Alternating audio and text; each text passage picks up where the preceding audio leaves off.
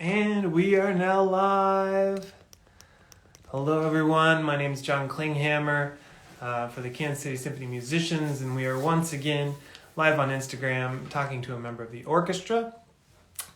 Today, we're going to be talking with Jennifer Houck, who I believe is our first viola guest. And here she is right on time. So I'm going to let her join on here, and we will chat. Jennifer. Also,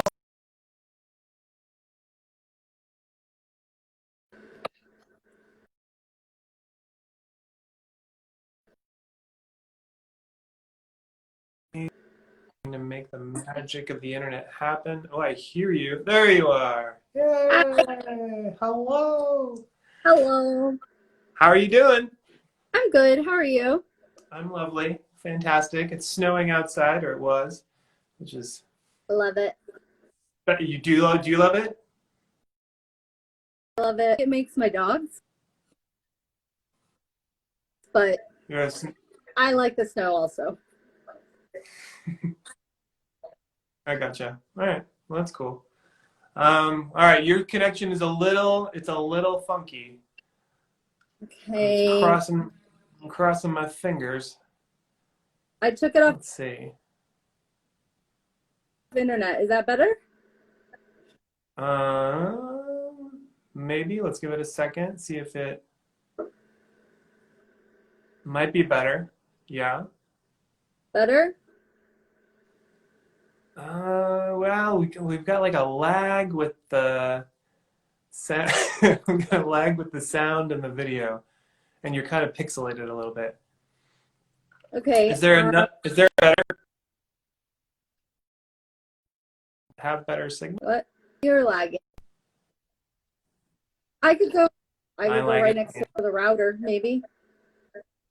Maybe. Okay, Let's try it. Should I rejoin you or Yeah, go ahead. upstairs? Rejoin me in a second. Yeah. Okay. Or you can take us upstairs again. All right. Bye-bye. All right. We will try to figure that out. This is the magic of the internet, you guys. So I'll just chat a little bit about Jen. So Jen grew up in Pismo Beach, which if you needed a reason to be mad at her, that is a good one, because Pismo Beach is amazing, and I wish I lived there forever. And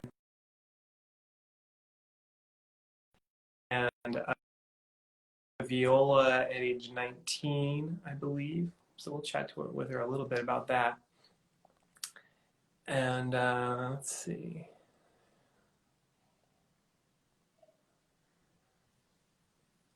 And joined the Kansas City Symphony in January of 2008. Potential. Let's see. See how it goes. Yeah. There we go. Is that better? Did you hear my dogs getting into it? I definitely heard the dogs getting into it. I'm very popular. Indeed. All right. Well, let's see how it goes. I mean, I'm not sure. Your video is still kind of weird. At least it is to me. Right now. But it's syncing up, your audio is syncing up with you. Okay. So. I'm like literally right next to the router. Next to the router, and you're on Wi-Fi? Yeah. Yeah. Huh. I'm sorry. It's okay. That's, it's the way it goes. Let's try it and see how it goes. Maybe it'll find you. It is a little bit better, so maybe it'll find you. Somebody's throwing you love anyway. So probably my husband. Okay, let's start. I feel good about it. Okay. So I was just telling everyone while you were walking up the stairs or wherever you were going that you grew up in Pismo Beach. Yeah. Right? Absolutely. Which is like the most amazing place in the world. It's pretty special. It's kind of incredible. I mean, you don't need to like make us jealous going on and on about that, but I don't know. What's it like growing up in a place like that? Well, I think you just don't know how great it is until you leave. Yeah. But then again, not to knock Pismo Beach or anything, but there are so many amazing things about the big city, Hmm. as we call it. Like, I mean, I didn't want much to do with LA or San Francisco, but Kansas City just has so many different opportunities. When we grew up there, my husband and I are from the same town, and Oh, when we no grew up kidding. there, it was 5 small cities, only about between 5 and 10,000 people in each city. One Yeah. school district, everybody kind of knew everybody, which was great. Hardly any crime. But then again, you had to drive at least a half an hour That to go to a mall or that is the something. thing about those beach towns. They're lovely, but like the driving really will eat you up. Just takes Yeah. a long time to get everywhere. Yeah. But now, much to the chagrin of, my mom, we have a Walmart and, Uh, more than one movie theater there and you an go. In-N-Out, which is great. Progress. But, it's a little less insular, I guess. Sure, sure. But Kind of wait, did you insular. know your husband growing up in Pismo Beach? Is this just a coincidence? Nope, we knew each other. I've known him since I was 9, or probably before that. Wow. Yeah, Wow. my dad was the vice principal of our high school, and my mom was an elementary school teacher, and his dad was a drama teacher, and his mom also at some point taught at the same elementary school as my mom did. So Okay. Oh, that's pretty cool. And like you both wound up in Kansas City independent of each other? No. no, we kind of reconnected about 5 6 years Gotcha. ago, Gotcha. and he came out here. He's an AP English teacher at the moment, and he works up in Smithville. So he actually interviewed for a job virtually, and Hmm. moved. Oh, cool. So Oh, that's yeah, neat. it was really nice. Yeah, that's great. So I was telling them while you were off for a second there that you started on violin, right? And I did. you played, were you pretty much exclusively a violinist until you were 19 or whatever? Oh yeah. Yeah. Our teacher made us learn the viola, Hmm. but not with any different technique, not with any sound production. Just learn how to read the alto clef, be able to sight read in like chamber music and stuff. Right. But other than that, no. Yeah, I completely played violin only until I was about 19. And so pardon my ignorance, but would you say is that a common thing? Or are there a lot of kids that are like, no, I'm playing viola from age 5 or I don't know. I think a lot of people, the later they start, the higher chance that they have to start on the viola. But if you start, I think, under the age of like 9, that Mm-hmm. you're starting on the violin. Because it's just smaller, right? It's just easier Yeah, for you. yeah, and yeah, 100%. But I think, I mean, there are a couple people in our section, I think, that started on the viola. Um, Before I moved here, I wasn't aware of, I mean, I guess I knew people in college, but they weren't performance majors, they were education majors, and they played a lot of different instruments. And so I think I, I think it's Jessica and Sean, and they're incredible, but they were like kind of my first foray into, they started on the viola, On the viola. which, Right. Gotcha. but Huh. yeah, it's bigger, and when you put viola strings on a violin, it just sounds bad, and I I think that see. like kind of discouraging to kids. I don't know. Mm-hmm. Mm-hmm. I don't Makes know. sense. I'm no expert. And so for you though, like it sounds kind of interesting because you went to the University of the Pacific in Stockton, California, right? Yeah. Lovely, lovely Stockton, California. And then, but then you decided like in your junior year because you were an international relations major or something It like that, was. Yeah. and And then you I said just your junior year to switch. What? How I was that? How did you make that decision? um the short story is that it was sort of a combination between me being forced to switch into something that wasn't international relations and me Okay. really wanting to do it. Okay. So I wasn't doing well in a lot of classes that didn't revolve around languages, and that's what I wanted to do in life. I wanted to be a translator. And to a naive I went to college like 2 months after I turned 17. And to Mm-hmm. somebody that's naive, I didn't realize that you had to take um, history and other things besides just these languages. I see. I see. So I switched to music because I was like, oh, this is easy. But it worked out really well. It's UOP is a really small school, Uh-huh. and the education I got there, you wouldn't think because of the size of the conservatory would have been excellent, but it was excellent.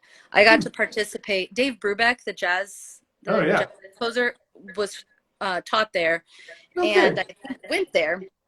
And we got to participate in a lot of his birthday celebrations, and I sang in like a 16-person chamber choir. They got to do concerts with him, and the orchestra got to do concerts. It was amazing. It was just Wow. amazing. And I went to Ames. My teacher told me to audition for the American Institute of Musical Studies in Graz, and I met some people in the Dallas Symphony there. And my teacher was leaving UOP, and I was just going to have to finish with whatever teacher they provided. And so actually I auditioned for SMU when I was in Austria. I got in, but it was so late they didn't have any money left. And I so I see. took a year off, moved to Dallas, studied with my teacher, and then went to SMU the next year and did 2 more Gotcha. years there. That was my next question. I was curious how you wound up going to Dallas. Uh-huh. Yep. That's cool. All right. And so then you were at SMU. You studied with Barbara Sudweek. Yeah. Barbara Sudweek. She was amazing. Who plays the Erhu? Yes. Arhu, I can't Arhu, remember. Erhu. I've heard. I looked it up online. It was pronounced a few different ways. Yeah, Anyway.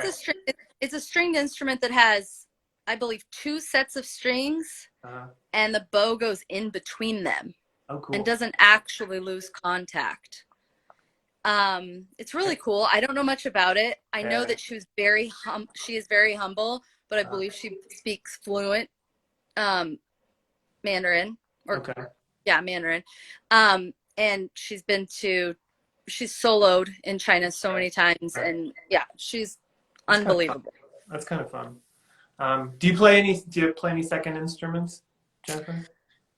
We grew up without a strings program in our Uh, county, basically. okay. And so, band direct being a small school, small town, everybody knew my family.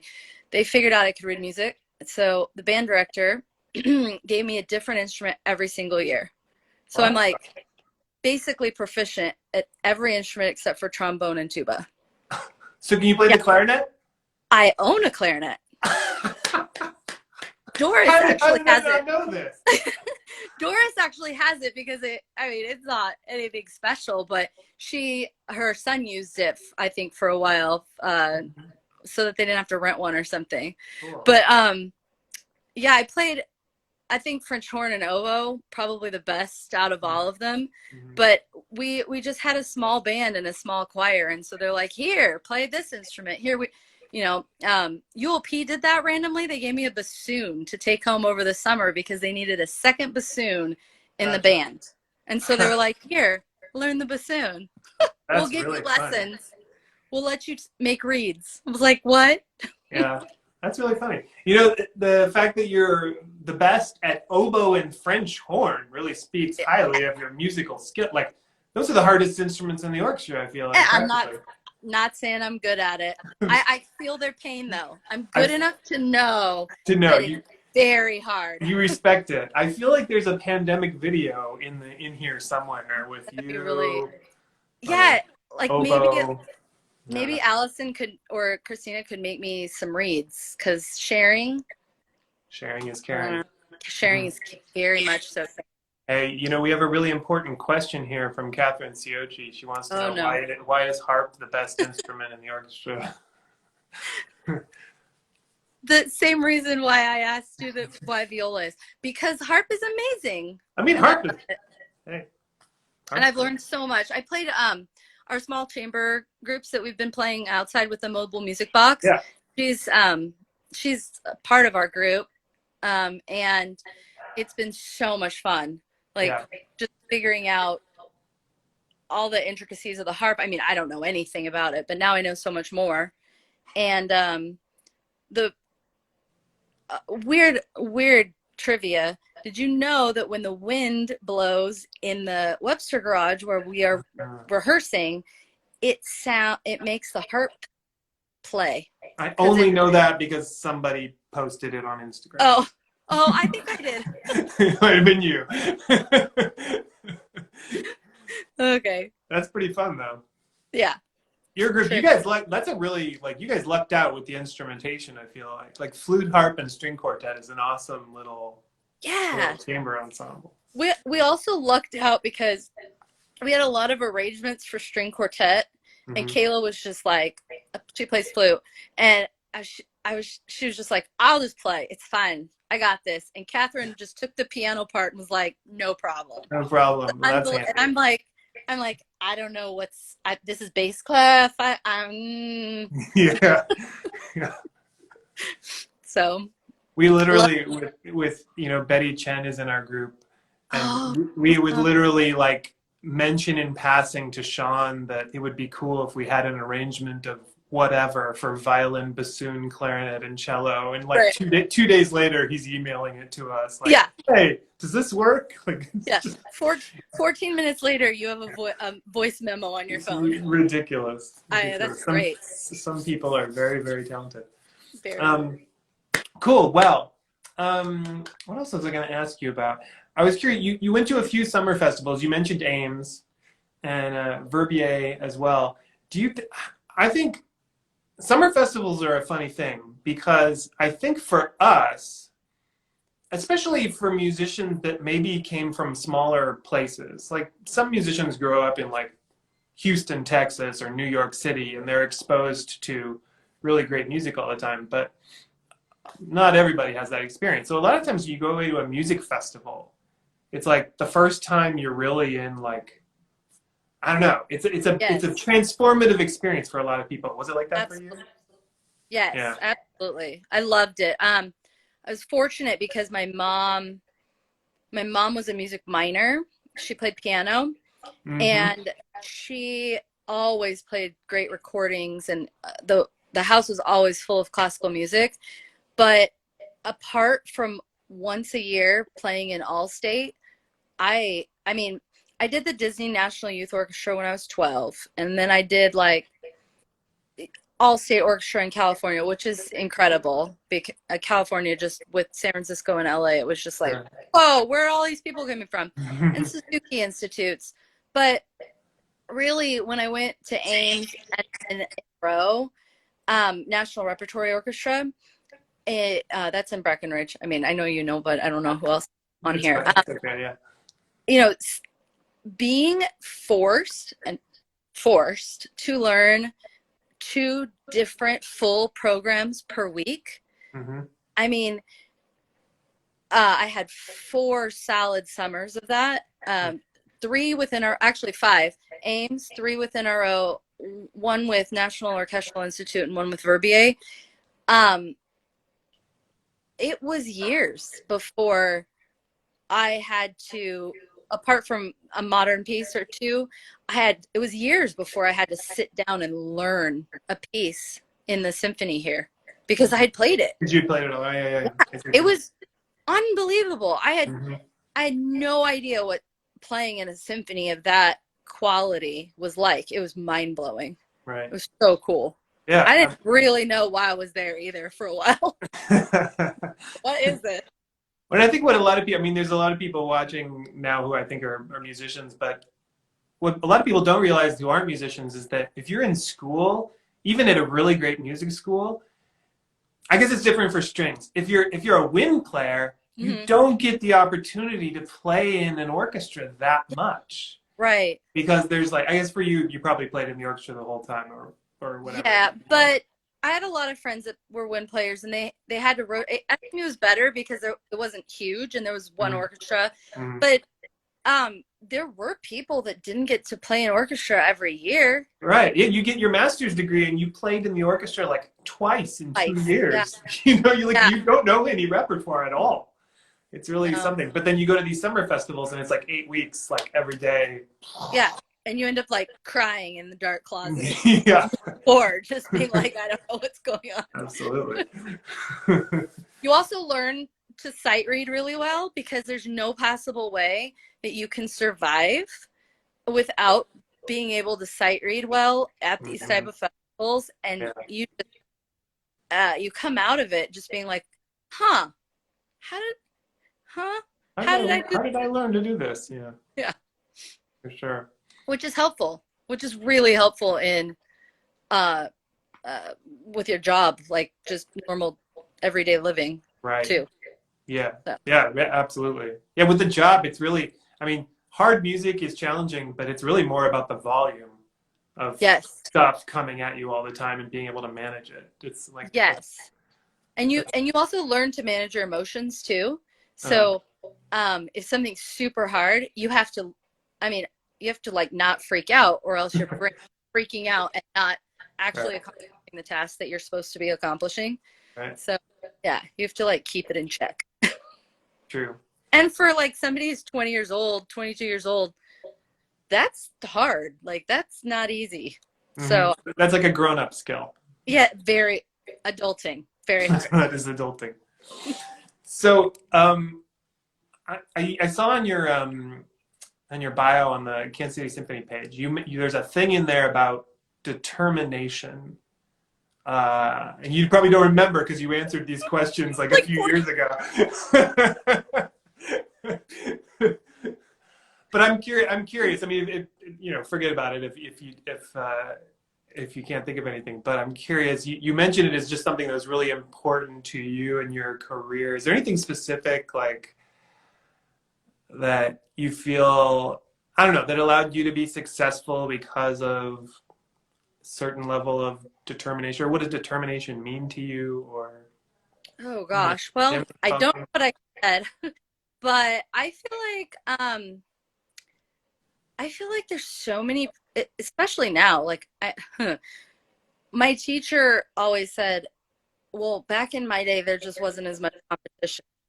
It was still hard, but there wasn't as much.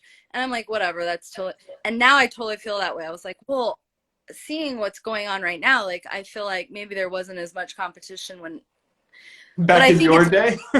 Yeah, back in my day. Right. I mean, it was a long time ago, but hey, no, I've had the experience of being at an audition and looking around and being like, I could be these guys' dad. Like, I don't know what's going on right now. I know. But I feel like at some point there has to be, your talent can only take you so far. You have to have talent, but you have to be taught how to have self-discipline. But I think a character trait of successful musicians is a single character trait could be determination, just because you have to keep going. You have to be so determined that you will succeed, that there's no other option.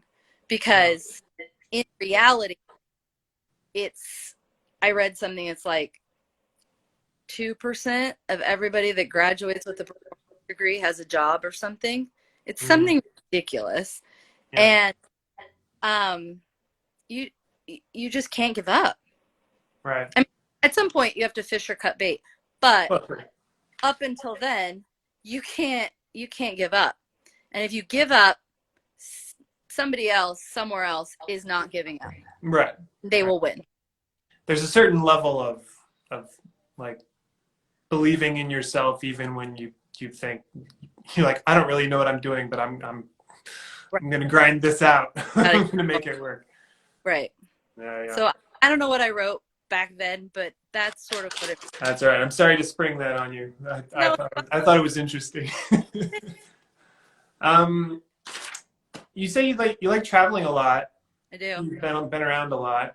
Do you first of all, what's your favorite place you've ever traveled to? And second of all, have you traveled for like, I mean, aside from festivals, or maybe in festivals, for musical reasons, or gone to like see something musical overseas? Not specifically. Yeah. Apart from festivals. I was really fortunate. to be, I think it's what Dave Sullivan, one of our horn players, calls like the last generation of verbiators. Okay. Because he was a couple years after me, but we were flown on a charter plane to like 11 different countries or something. I can't remember. Yeah. We were in Switzerland for like 4 days to learn a program, and then we performed at a jazz festival, and then we went to Naples and Barcelona and Stuttgart, I think, and Vienna and Beijing, Seoul, Tokyo. All in one summer? Yeah. Or... 1 month in November. And then we went to Melbourne and Sydney. I missed everything. But yeah. And so we got like some of these were only, in and out, especially the ones in Europe that are really close. Yeah. But that was unbelievable. That is unbelievable. Yeah. I had been to Europe a couple times prior to that, like high school for exchange program and stuff. But we recently went on a cruise and we hit like 9 different countries in the Baltic. Mm-hmm. Can't pick a favorite place. I've been to Costa Rica. Costa Rica is beautiful. No, every place is different. Right. It's weird and the same. Like you can't expect, but they all have. At some point, it's revealed that I am in a symphony, and then obviously we go see sites. Like when we were in Salzburg, we would see some Mozart stuff, and in Poland we got to see a couple of really interesting cathedrals, and they were playing music, and Russia, same. But gosh, I don't know. The first time I went out of the country, I was 14, and I went to Belarus for a few weeks. Wow. And lived with a family, with a group of kids, but we all lived with individual families. And this was in 1995. And so right after they had become a democracy. Right, like not too far after the wall came down. Right. And from under the Soviet rule, it was just eye-opening. And I never wanted to stop traveling after how generous the people were, but how poor, but how kind, and just the difference in life and customs. It was phenomenal. That's cool. That's really cool. All right. Well, we are almost out of time, believe it or not. I feel like we just started chatting. I know. All right. So we talked about this earlier. I didn't make up a quiz for you, but you've graciously agreed to endure some viola jokes. Love it. Yeah. And the way we're going to do this, let me check to make sure nobody else. Okay, there we go. The way we're going to do it here, it's a quiz basically where I feed you the joke to see if you know the punchline, to see how well you know your viola jokes. I'm going to pick. I have like 9 of them. I'm not going to do all of them. Let's pick like 5 or 4 or 5. Let's do. All right. Joke number 1. Okay. What is the difference between a viola and a vacuum cleaner? No? You can unplug the vacuum cleaner when it sucks? That's close enough. Close enough. A vacuum has to be plugged in before it sucks. Very good. Did you just make that up? Yeah. I thought it had to be something about it sucking. About it sucking. See? That shows your experience in the viola joke field right there. All right. Let's do a couple more. Let's see here.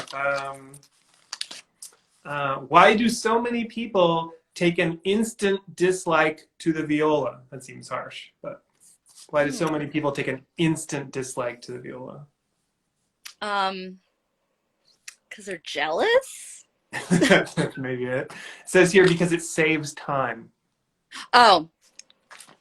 Obviously. 100%. Yeah. Obviously. Yeah. Sense.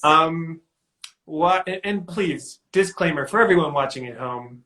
We love the viola. The viola is amazing. We are here to embrace the viola and the custom of viola jokes. Yeah, right. I mean, wouldn't have whole notes or harmony. Yeah, exactly. Why is a viola solo like a bomb? Oh man, a viola solo. Yeah. Is it like a Because bomb? it I don't know. I would feel like it's not like a bomb. Uh-huh. It's not like the bomb. Yeah, I mean, it never happens. It says here by the time you hear it, it's too late to do anything. Yes, yes. Okay. That's good. I That's, like it's it's a also pretty good, it's a pretty good one. All right, here's the last one. Last one. okay. What is the main requirement at the quote international viola competition? Main requirement, international viola competition. That you bring a viola. That's good. We're the partial credit for that. It says hold the viola from memory. Yeah. 100%. I mean, that's all you need. Some of those are good. Not as good as conductor jokes, really, but they're pretty good. Yeah, those are good. That what Those are more satisfying. was one of them about like what's the difference between a violin and viola? The viola burns longer. The viola burns longer. Yes, yes. Yeah, I like. Or what's the one thing a violinist can do better than a violist? Ooh. Play the viola. That's just mean. Some of them are really just mean. That's good. But it's pretty good. It's kind of funny. And as a violinist and a violist, you have no you're like Teflon in this situation. It's slightly fair. I mean, what are you gonna do? Yeah. What are you? All right. Well, Jennifer, thank you so much for joining us here on the Instagram Live. For having me. It's been nice talking to you. Thanks for watching, everybody out there. Bye. Bye.